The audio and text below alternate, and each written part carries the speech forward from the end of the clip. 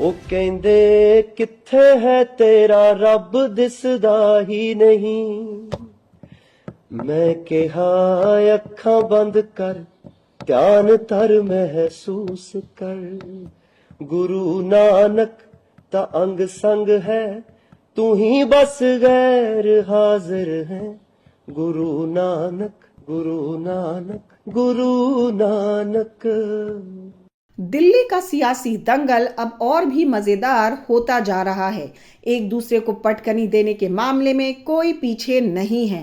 यही वजह है कि मोदी ने दिल क्या जीता, केजरीवाल की टेंशन बढ़ गई। जी दोस्तों, हम बात कर रहे हैं दिलजीत दोसांझ और प्रधानमंत्री मोदी की मुलाकात की। सचमुच में भारत की विशालता एक अपना शक्ति है। हम लोग एक वाइब्रेंट सोसाइटी है। भारत में सबसे बड़ा कोई जादू जिसको कह लो तो वो योग है।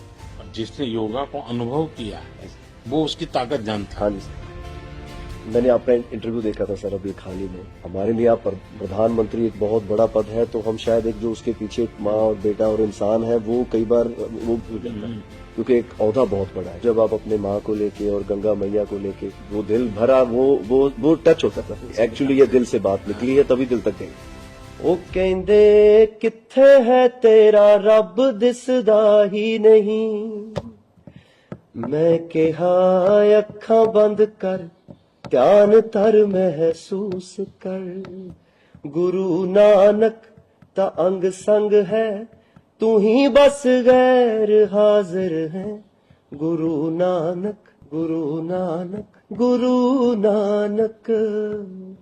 दिल्ली में अपने अपने क्षेत्र में माहिर दो दिग्गज प्रधानमंत्री नरेंद्र मोदी और पंजाबी गायकी के शहंशाह दिलजीत दोसांझ की मुलाकात ने मानो आम आदमी पार्टी और उसकी राजनीति को जैसे हिलाकर रख दिया है। दरअसल दिलजीत ने कल प्रधानमंत्री मोदी से उनके आवास पर मुलाकात की।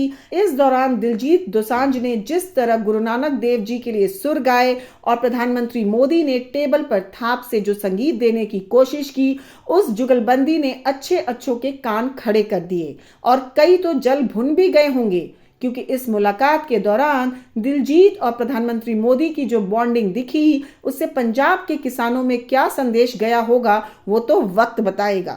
लेकिन मौजूदा वक्त में पंजाब से लेकर दिल्ली में सरकार चला रही आम आदमी पार्टी और उसके नेताओं पर क्या गुजरी उसकी बानगी केजरीवाल एंड टीम के तमाम बयान हैं। जैसा कि आपको याद होगा, जब दिल्ली में किसान आंदोलन हुआ तो दिलजीत दोसांझ का झुकाव किधर था उसे बताने की जरूरत नहीं है। लेकिन अचानक इस मुलाकात ने केजरीवाल को पुजारी, ग्रंथी, हनुमान से आगे अब किसानों के मुद्दों पर हवा बनाने का मौका दे दिया है। वैसे दिल्ली में खेती किसानी के लिए कितनी जगह बची है सबको पता है, लेकिन केंद्रीय कृषि मंत्री शिवराज सिंह चौहान के बयान के बाद केजरीवाल एंड टीम बौखला गए।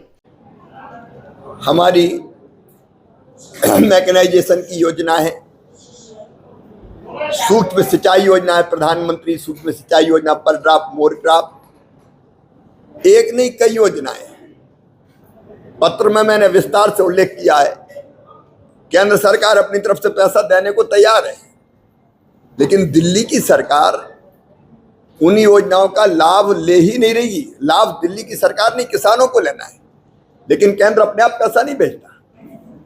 राज्य के प्रपोजल पर, प्रस्ताव पर केंद्र योजनाओं का पैसा भेजता है और दिल्ली से कई योजनाओं के केंद्र सरकार की कोई प्रस्ताव आए ही नहीं, इसलिए उन योजनाओं का लाभ नहीं मिला।